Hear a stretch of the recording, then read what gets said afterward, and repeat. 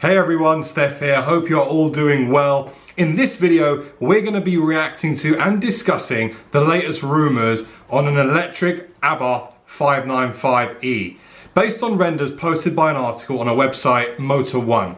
We are going to discuss why an electric Abarth could very well happen and how the battle for a proper electric hot hatch is heating up. And finally, what other options do Abarth have at their disposal for a new model refresh? If that sounds interesting to you, then stick around. Let's see if we can hit 1,000 likes on this video. We've done it in the last one. And if you're new here, consider subscribing. So, how did this all kind of come about? A while ago, Fiat President Olivier Francois talked about Abarth getting a zero-emission city car, and allegedly has confirmed that a faster version of the 500e is now planned. Now, Motor One have got a little bit creative and taken a 500e and rendered in a Scorpione Oro styling pack on top of it. They've lowered the car, they've increased the size of the wheels to what looks like 18-inch wheels, and I have to say that from a styling perspective, it looks pretty epic. And it is definitely a fundamental change as to what we're used to. Also with the 500e comes the new interior, which will be welcomed in the new Abarth when we eventually get to see it. Well, who knows when. Now, in terms of performance, battery size and output, it's definitely too early to tell what Abarth potentially have planned for the potential 595e. And to understand more, we probably need to look at what is currently available to us. And that is the current existing Fiat 500e. Now, the base version of the 500e has a 23.8 kilowatt battery for a range of up to 112 miles and a 70 kilowatt electric motor, getting it to 62 miles an hour in 9.5 seconds. Now, the more punchy model of the 500e has a 42 kilowatt hour battery firing up 199 miles of range and an 87 kilowatt electric motor, which will give you a 0 to 62 time of 9 seconds. Now, naturally, this power would be too low for the up-and-coming 500e, if it's happening. However, it would give them a decent basis to work with. Now, Abarth could have a few options they could look at. Now, what they could really do is they could throw in an extra 87 kilowatt motor in the back of the car and have an overall 236 bhp four-wheel drive hot hatch. Like, that would be epic, wouldn't it? As epic as it would be though, that's going to cost money. It's going to significantly increase the cost of the car by adding in dual motors, and ultimately it's going to mean there's going to need to be more R&D put in place, which I really don't think Abarth are going to want to invest in, seeing as realistically the Abarth range sells a lot less than other products within the FCA range. Now, the more likely outcome, and this again is a Stef opinion, would be a larger motor in the front powering those wheels, and maybe some increased battery capacity to offset the range deficit we'll get from a larger motor sucking the battery dry, which will then probably pull us closer to a 0 to 62 time. I guess maybe similar or maybe slightly more punchy than what we have now, maybe within the 6 seconds, which I think would be very reasonable.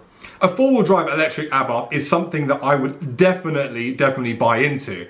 Like, let's not forget what happened in 2017 when Renault decided it would be a good idea to electrocute the Renault Zoe and create the e-sport concept. I mean, that car was bonkers. I saw it at Goodwood Festival of Speed, and it has dual motors and it produced a combined power output of 340 kilowatts, or in our money now, 456 bhp and 472 foot-pounds of torque. That was enough to propel the Zoe e-sport concept from 0 to 62 miles an hour in just 3.1 seconds. Now, whilst that's on the extreme side, it's still a good example as to how battery technology has advanced so much and will enable us to see crazy things happen in the automotive space. Now, what about the competition? What about Abarth's competition? So we're now seeing Renault teasing out the Renault 5e, and obviously it's a prototype at the moment, but it's a car that's got so much history behind it, and it's being brought back to life with an electric heart. Mini have also announced the Mini GP3 electric, which will be interesting to see once it's released. It's fair to say, guys, that electrification is here to stay, and we need to jump on board this, which is why I believe that Abarth are going to join the party soon with an electric Abarth 595e. What about the character and soul of the car? Won't an electric car mean the Abarth 595e could be soulless? Yes and no. I guess it's down to Abarth to find a way in their creative spirit, I guess, to give the 595e some character and make it feel special.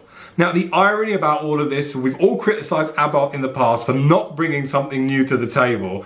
And when they do, it's probably going to be something we're going to criticise them all over again for bringing something so fundamentally different to the party that's going to make us all question, what do we do now? Do we jump on the EV train or hang on to our beloved T-Jet engine?